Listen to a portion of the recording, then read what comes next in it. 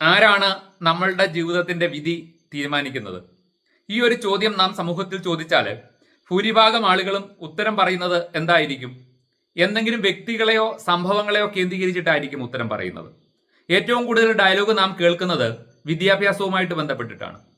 എനിക്ക് പഠിക്കണമെന്ന് ഭയങ്കര ആഗ്രഹമായിരുന്നു, പക്ഷേ ഞങ്ങളുടെ വീടിന്റെ സാഹചര്യം തീരെ മോശമായിരുന്നു. അച്ഛൻ്റെ മദ്യപാനം, അല്ലെങ്കിൽ കുടുംബത്ത് ആരെങ്കിലും ഒരാൾ രോഗിയായിട്ട് ഉള്ള അവസ്ഥ, അല്ലെങ്കിൽ അച്ഛനാലോ അമ്മയാലോ ഉപേക്ഷിക്കപ്പെട്ട കുടുംബം.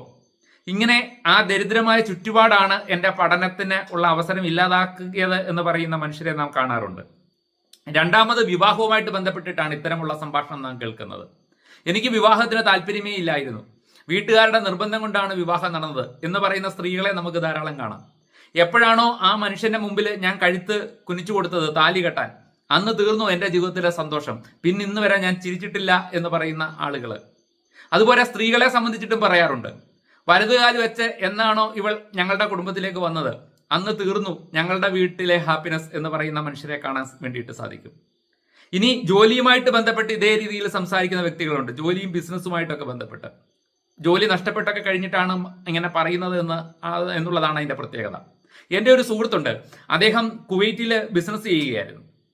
അദ്ദേഹം പറയുന്നത് അദ്ദേഹത്തിന്റെ ജീവിതത്തിന്റെ മുഴുവൻ പരാജയത്തിനും കാരണം സദ്ദാം ഹുസൈൻ ആണെന്നാണ്. കാരണം ഇറാഖ് കുവൈറ്റിനെ ആക്രമിക്കുന്ന സമയത്ത് അദ്ദേഹത്തിന്റെ ബിസിനസ് തകർന്ന് അദ്ദേഹത്തിന്റെ നാട്ടിലേക്ക് വരേണ്ടി വന്നു. പിന്നെ അദ്ദേഹത്തിന്റെ ജീവിതത്തിൽ ഒരു തിരിച്ചുവരവിനുള്ള അവസരം കിട്ടിയിട്ടില്ല. അതുകൊണ്ട് അദ്ദേഹം പറയുന്നത് അദ്ദേഹത്തിന്റെ ജീവിതം നശിപ്പിച്ചത് സദ്ദാം ആണെന്നാണ്. ശരിക്കും സത്യമാണോ? മറ്റുള്ള വ്യക്തികളോ സംഭവങ്ങളോ ആണോ നമ്മളുടെ ജീവിതത്തെ ഇല്ലാതാക്കുന്നത്? സൈക്കിൾ ബ്രാൻഡ് ചന്ദനത്തിരിയുടെ പരസ്യമുണ്ട്, ഓരോരുത്തർക്കും പ്രാർത്ഥിക്കാൻ ഓരോ കാരണങ്ങളെന്ന്. കൊല്ലാൻ പോകുന്ന ആളും പ്രാർത്ഥിച്ചിട്ടാണ് പോകുന്നത്. അവിടെ ഇരയാകേണ്ട ആളും അതേ ദൈവത്തോട് തന്നെ ആയിരിക്കും ചിലപ്പോൾ പ്രാർത്ഥിക്കുന്നത് മരിക്കാതിരിക്കാൻ.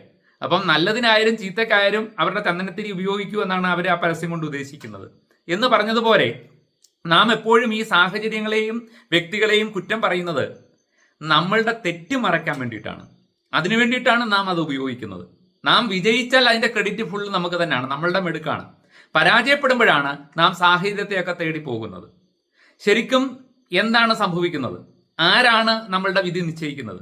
നമ്മളുടെ ഈ ജീവിതത്തെ ഒരു പരീക്ഷാ ഹാളിനോട് നമുക്ക് ഉപമിക്കാം.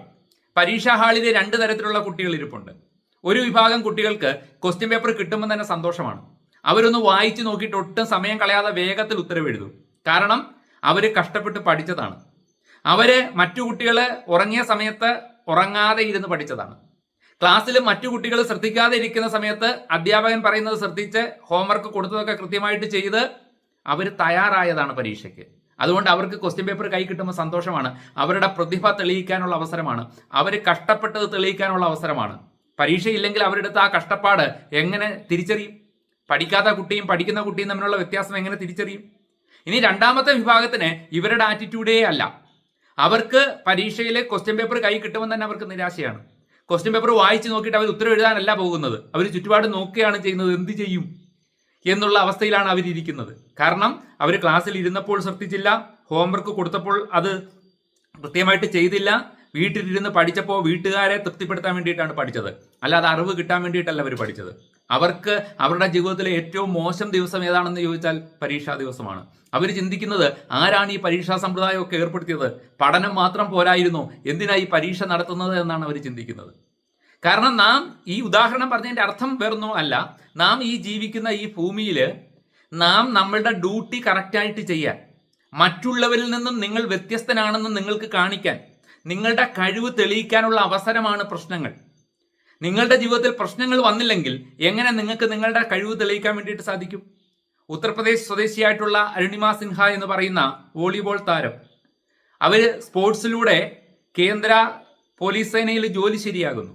ആ ജോലിയുടെ ആവശ്യത്തിന് വേണ്ടിയിട്ട് ഉത്തർപ്രദേശിൽ നിന്ന് അവർ ഡൽഹിയിലേക്ക് യാത്ര ചെയ്യുന്ന ട്രെയിനിൽ വെച്ചിട്ട് രാത്രി കവർച്ചക്കാരുടെ ആക്രമണം ഉണ്ടായി. കവർച്ചക്കാരിൽ നിന്ന് രക്ഷപ്പെടാൻ ശ്രമിക്കുന്നതിനിടെ ട്രെയിനിൽ നിന്ന് വീണ് അവരുടെ ഇടതുകാല് നഷ്ടപ്പെടുകയാണ്. ആ സമയത്ത് അവർക്കൊരു കാര്യം മനസ്സിലായി, തൻ്റെ ഇടതുകാല് നഷ്ടപ്പെട്ടു, അത് മുറിച്ചു മാറ്റപ്പെട്ടു, ഇനി ഇടതുകാലില്ല. വേണമെങ്കിൽ അവർക്ക് തീരുമാനിക്കാമായിരുന്നു അവരുടെ സ്പോർട്സ് ജീവിതം അവസാനിച്ചു. ഒരു കായിക താരത്തിന് ഒരു കാര്യമില്ലെങ്കിൽ എങ്ങനെ കായിക ജീവിതം മുന്നോട്ട് കൊണ്ടുപോകാൻ വേണ്ടിയിട്ട് സാധിക്കും? പക്ഷേ അവർ അവിടെ വെച്ചൊരു തീരുമാനം എടുക്കുകയാണ് ചെയ്തത്. നഷ്ടപ്പെട്ടു പോയ ഇടതുകാലിനെ പറ്റിയിട്ടല്ല അവർ ആ കിടക്കയിൽ കിടന്ന് ചിന്തിച്ചത്. അവർ ചിന്തിച്ചത് അവശേഷിക്കുന്ന വലതുകാലിനെ പറ്റിയിട്ടാണ്. എൻ്റെ കയ്യിലുള്ള ഈ വലതുകാല് കൊണ്ട് ഇനി എനിക്ക് എന്ത് കാണിക്കാൻ പറ്റും, എന്ത് ചെയ്യാൻ പറ്റും ഈ ലോകത്തിന് മുമ്പിൽ, അതാണ് അവർ ചിന്തിച്ചത്. അപ്പോഴാണ് അവർക്കൊരു കാര്യം ബോധ്യപ്പെട്ടത്, അതുവരെ ഭിന്നശേഷിയുള്ള വനിതകൾ ആരും തന്നെ എവറസ്റ്റ് കീഴടക്കിയിട്ടില്ല. അതൊരവസരമാണ്, അത് അവരുടെ മുമ്പിൽ ഒരു അവസരമാണ്. ഇന്ന് ഈ നിമിഷം കൊണ്ട്, കാല് മുറിച്ചു മാറ്റപ്പെട്ട ആ ഒരു നിമിഷം കൊണ്ട് അവരാരായിരിക്കുന്നു, ഭിന്നശേഷിക്കാരിയായിരിക്കുന്നു, ഇല്ലേ? അവർക്കൊരു അംഗവൈകല്യം സംഭവിച്ചിരിക്കുന്നു. അപ്പൊ ആ അവസ്ഥയിൽ അവർക്ക് ചെയ്യാൻ പറ്റുന്ന ഏറ്റവും വലിയ ഒരു കാര്യമാണ്, 2011 ഈ സംഭവം. സാധാരണ ഒരു കാലൊക്കെ മുറിച്ചു മാറ്റി കഴിഞ്ഞാൽ 3, 4, 5 വർഷം എടുക്കും സാധാരണ രീതിയിലേക്ക് ഒരു വെപ്പുകാല് വെച്ച് നടക്കാനെങ്കിലും പറ്റുന്ന രീതിയിലേക്ക് ഒരു വ്യക്തി വരാൻ. കാരണം കൃത്രിമ കാലൊക്കെ ഉപയോഗിച്ച് നടക്കുമ്പോൾ പോലും വേദന എടുക്കും, ബ്ലഡ് വരും, ഭയങ്കര പ്രശ്നമാണ്. നമുക്ക് അത് ഉപയോഗിച്ചൊന്ന് ശീലമായി വരാൻ വർഷങ്ങൾ എടുക്കും. ആ നടന്ന് പഠിക്കേണ്ട ആ സമയത്താണ് അവര് പർവ്വതം കീഴടക്കാനുള്ള പർവ്വതാരോഹകയായിട്ട് അതിനു വേണ്ടിയിട്ടുള്ള കഠിന പരിശ്രമത്തിന് വേണ്ടിയിട്ട് പോകുന്നത്. അവർക്ക് അതിഭയങ്കരമായ വേദനയുണ്ടായി, ബ്ലീഡിംഗ് ഉണ്ടായി ആ മുറിവിലൂടെ. പക്ഷെ അവരവരുടെ ശ്രമം ഉപേക്ഷിച്ചില്ല. 2011 സംഭവിച്ചു, 2014 അവർ എവറസ്റ്റ് കീഴടക്കി, 2015 നമ്മുടെ രാജ്യം പത്മശ്രീ കൊടുത്ത് അവരെ ആദരിച്ചു. ഇത് ഞാനൊരു ഉദാഹരണത്തിന് വേണ്ടിയിട്ട് പറഞ്ഞതാണ്. വേണമെങ്കിൽ അരുണിമ സിൻഹയ്ക്ക് ഒരു തീരുമാനമെടുക്കാമായിരുന്നു, തൻ്റെ കാല് നഷ്ടപ്പെട്ടു, അതുകൊണ്ട് ഈ പഴംപുരാണം പറഞ്ഞുകൊണ്ട് അവർക്ക് ജീവിക്കാമായിരുന്നു. ആ ആക്സിഡന്റ് ഉണ്ടായില്ലായിരുന്നെങ്കിൽ ഞാൻ ഇങ്ങനെയൊക്കെ ആയേനെ എന്ന് പറഞ്ഞിട്ട് അവർക്ക് ജീവിക്കാമായിരുന്നു.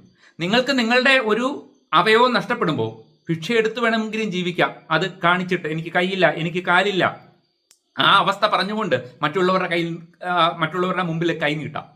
അതേ വ്യക്തികൾക്ക് തന്നെ അത് ഒരവസരമാക്കി മാറ്റിക്കൊണ്ട് ആ അവസ്ഥയിൽ നിന്ന് എന്ത് ചെയ്യണമെന്നും ചിന്തിക്കാം. ഇവിടെ ഭൂരിഭാഗം ആൾക്കാർക്കും പഴയ അനുഭവങ്ങൾ പറഞ്ഞുകൊണ്ട്, സാഹചര്യങ്ങളെ കുറ്റം പറഞ്ഞുകൊണ്ട്, മറ്റുള്ളവരെ കുറ്റം പറഞ്ഞുകൊണ്ട് ജീവിക്കുന്നവര് ശരിക്കും ചെയ്യുന്നത് ജീവിതത്തിൽ റിസ്ക് എടുക്കാൻ തയ്യാറാകുന്നില്ല എന്നുള്ളതാണ്. അവരുടെ മനോഭാവമാണ് അവർക്ക് ആ സാഹചര്യങ്ങൾ പ്രശ്നങ്ങളായിട്ട് തോന്നുന്നത്.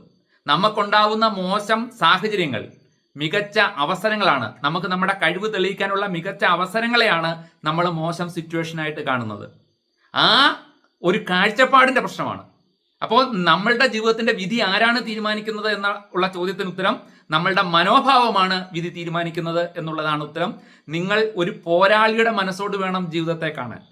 നിങ്ങളുടെ ജീവിതത്തിൽ തിരിച്ചടികൾ വരുമ്പോൾ നിങ്ങൾക്ക് കൂടുതൽ നിങ്ങളുടെ കഴിവ് തെളിയിക്കാനുള്ള അവസരമായി കണ്ട്, റിസ്ക് എടുക്കാനുള്ള മനോഭാവത്തോടു കൂടി, ജീവിതത്തെ ഒരു സ്പോർട്സ്മാൻ സ്പിരിറ്റോട് കൂടിയിട്ടാണ് നിങ്ങൾ കാണുന്നതെങ്കിൽ ഏത് പ്രതിസന്ധിയിലും നമുക്ക് മികച്ച നേട്ടങ്ങൾ ഉണ്ടാക്കിയെടുക്കാൻ വേണ്ടി പറ്റും.